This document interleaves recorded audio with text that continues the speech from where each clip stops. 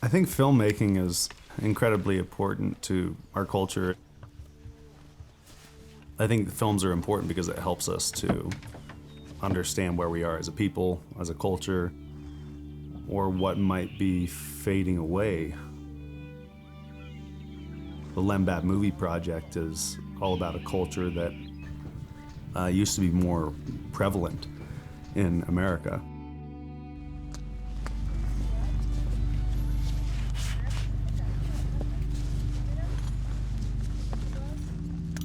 The cowboy life does encapsulate a lot of what we are. To become a mythology over time. But there's something at the heart of that mythology that remains true, you know. These values, faith, family, friends, community, selflessness, those values are timeless. Maybe the mythology of the cowboy is timeless too, but it's the truth in there that remains really important for us.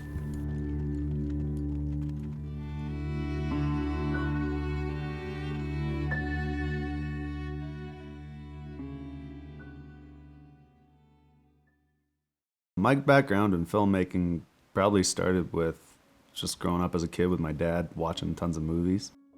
We fell in love with movies at a young age. It's creating this idea that you can express on a screen for people to see. When our parents got us the video camera, you know, we just took it and ran with it. You know, we lived on 20 acres and we'd go run out in the woods and make, you know, movies where we were army men. I think that allowed us to at least develop a creative side to our personalities that helped drive what we do later in life and where we wanted to go.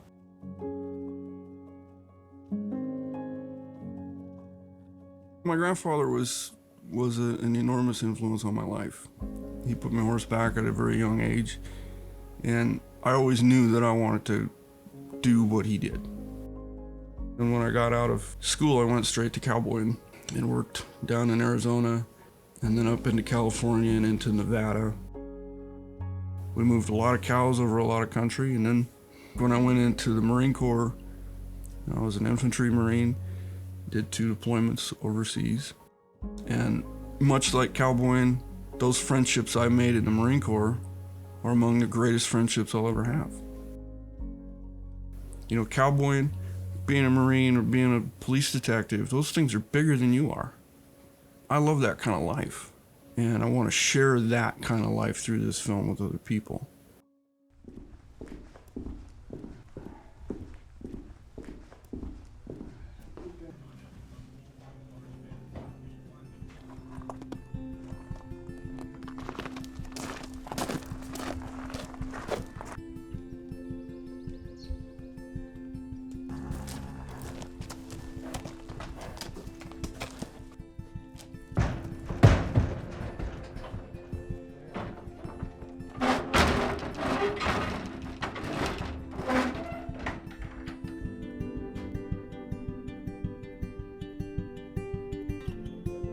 Lembab is our foundation.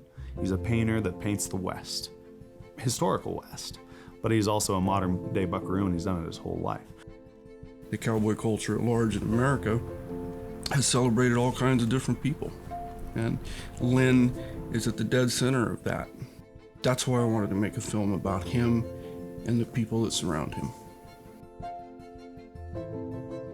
With a lot of people, a lot of stories, a lot of stuff that we need to put in there. But it's mainly about Great Basin buckaroos. It's going to be about American cowboy culture, you know, and that's big.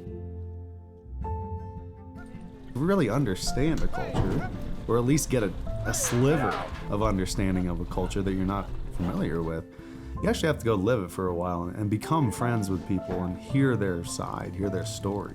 Ranching community is always, you know, kind of weary about who's coming in with a camera to misrepresent them.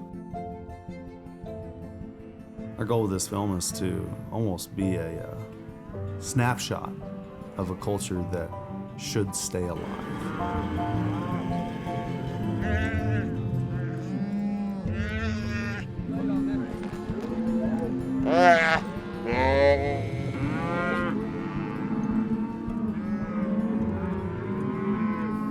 challenge for us has been to capture that, but to reveal or maybe open a door so people can look in there and say, what they're doing is beautiful, and it's a reflection of us as a broader culture.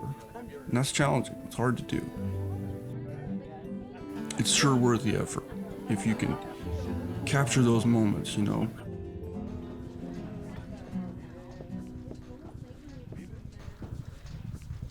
Cowboy life, cowboy culture, at its root, is one of the most fulfilling, free, supportive, hardworking, kind, and adventurous lifestyles I've ever seen.